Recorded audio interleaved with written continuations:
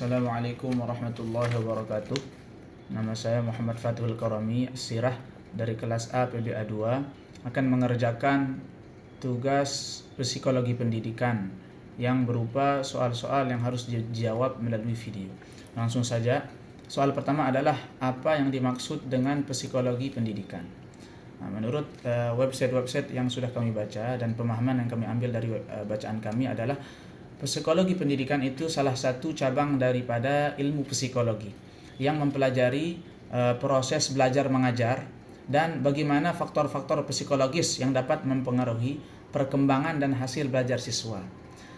Psikologi pendidikan ini berfokus pada cara memahami perilaku, motivasi atau bagaimana kemampuan seorang siswa dan kesulitan yang dihadapi oleh siswa dalam konteks belajar dan mengajar. Contohnya misalkan seorang guru yang mengetahui bahwa seorang siswa, salah satu dari siswanya, lebih mudah memahami materi pelajaran jika diberikan kesempatan untuk bekerja dalam kelompok kecil. Nah, ini adalah penerapan prinsip psikologi pendidikan, di mana guru menyesuaikan metode yang lebih cocok bagi anak-anak didiknya, sehingga proses belajar bisa dijalankan lebih efektif. Nah, ini soal pertama. Kemudian soal kedua, urgensi psikologis pendidikan bagi pendidik dan calon pendidik. Nah, psikologi pendidikan ini sangatlah penting.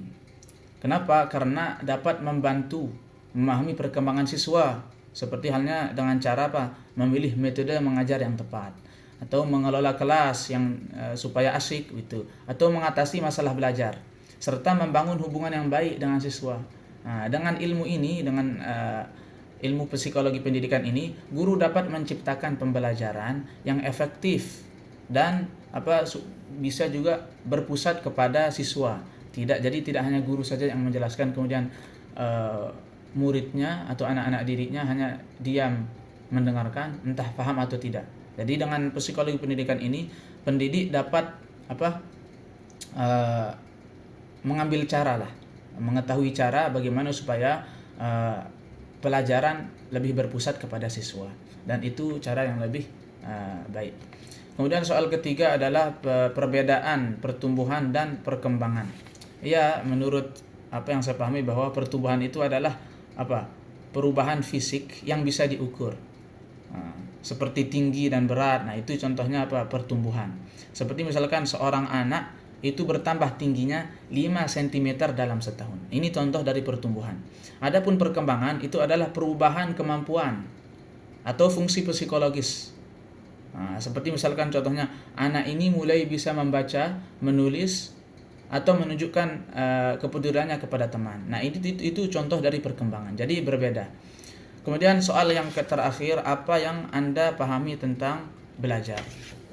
Belajar adalah menurut bacaan kami, belajar itu adalah proses mencari ilmu atau talabul ilmi, badlul juhdi fi tahsilil ilmi, mengerahkan segala kemampuan untuk memperoleh ilmu. Tetapi yang perlu diperhatikan, pandangan ulama-ulama salaf tentang talabul ilmi atau belajar ini adalah tidak hanya berorientasi pada pengetahuan duniawi saja, tetapi terutama untuk pengetahuan-pengetahuan yang dapat mendekatkan kita kepada Allah Subhanahu wa taala, dan tidak lupa juga untuk mengamalkan ilmu tersebut.